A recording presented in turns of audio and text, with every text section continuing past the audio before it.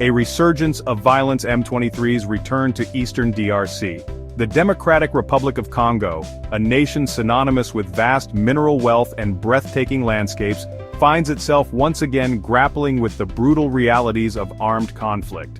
The eastern region of the DRC, a volatile patchwork of rebel groups and government forces, has become the epicenter of a renewed offensive by the M23 rebel group. This latest chapter in the DRC's turbulent history is a stark reminder of the fragility of peace and the human cost of protracted conflict. The M23's resurgence has sent shockwaves through the region, raising fears of a wider escalation and a deepening humanitarian crisis. As the Congolese army, backed by UN peacekeepers, struggles to contain the rebel advance, the international community is left to grapple with the complex web of actors and interests fueling the violence. The conflict, rooted in historical grievances, ethnic tensions, and the insatiable appetite for the DRC's mineral wealth, has once again exposed the deep-seated challenges facing the country and the urgent need for a concerted international response. The resurgence of the M23 is a troubling development in a region already grappling with multiple armed conflicts and a dire humanitarian situation. The group's advance has displaced thousands, disrupted livelihoods, and exacerbated an already fragile security environment. As the conflict rages on, the Congolese people bear the brunt of the violence, their hopes for peace and stability hanging precariously in the balance.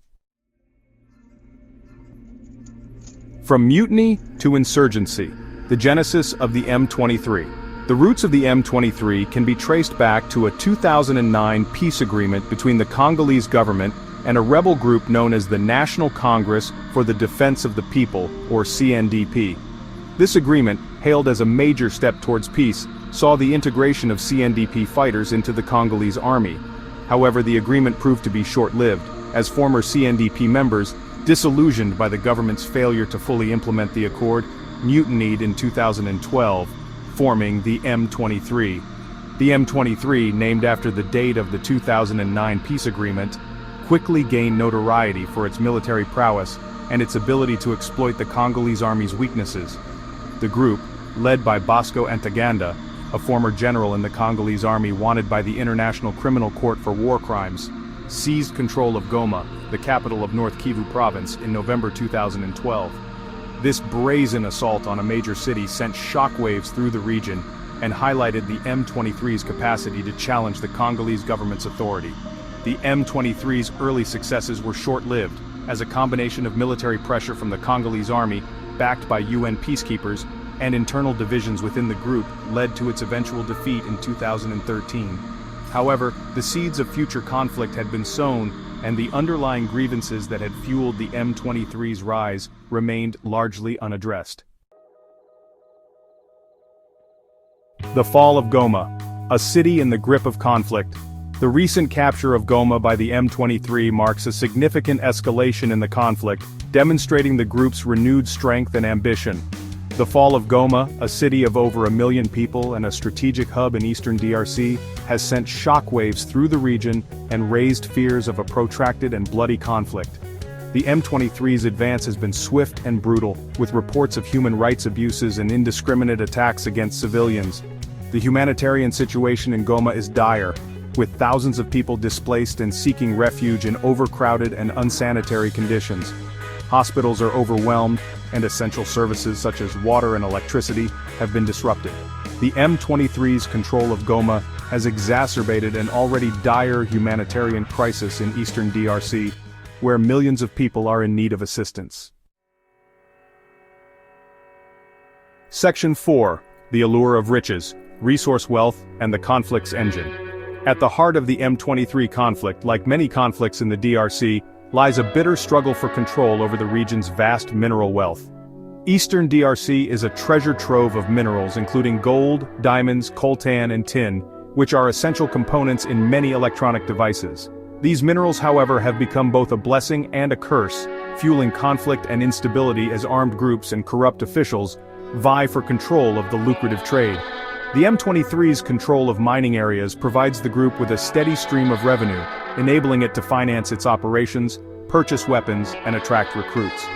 The group's exploitation of mineral resources has devastating consequences for local communities, who are often subjected to forced labor, extortion, and violence.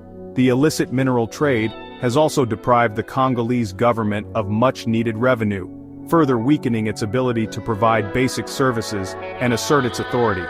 The international community has made efforts to address the issue of conflict minerals, with initiatives such as the Dodd-Frank Act in the United States aiming to curb the trade in minerals that finance armed groups. However, these efforts have had limited success, and the illicit mineral trade continues to thrive, fueling conflict and undermining stability in eastern DRC.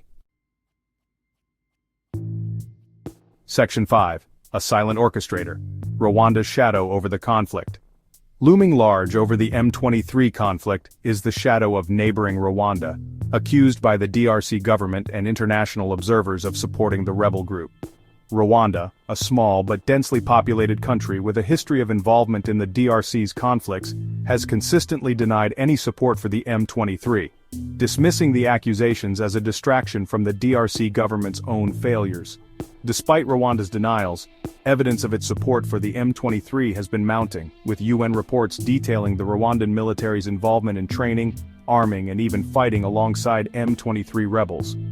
The UN Group of Experts on the DRC, an independent body tasked with monitoring the arms embargo and sanctions regime in the country, has documented numerous instances of Rwandan support for the M23, including the provision of weapons, ammunition, and logistical support. Rwanda's alleged support for the M23 is driven by a complex mix of security concerns, economic interests, and regional power dynamics. Rwanda views the presence of armed groups in eastern DRC, some of which are hostile to the Rwandan government, as a direct threat to its security.